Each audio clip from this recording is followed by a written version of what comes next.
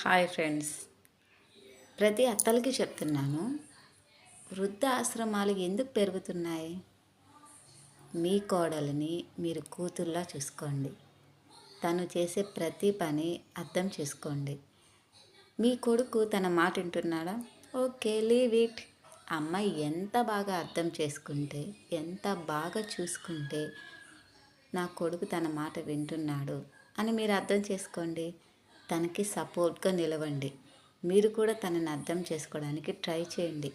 అప్పుడు తన భర్తకి చూపించే 100% ప్రేమలో 50% మీ మీద తను చూపిస్తుంది. కాబట్టి ఇలాంటి అత్తలు ఉన్నప్పుడు వృద్ధాశ్రమాలు అసలు ఉండవు కదా.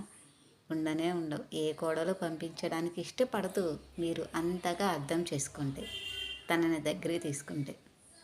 మీకోసమే అత్తలు ఈ వీడియో. కొంతమంది మారే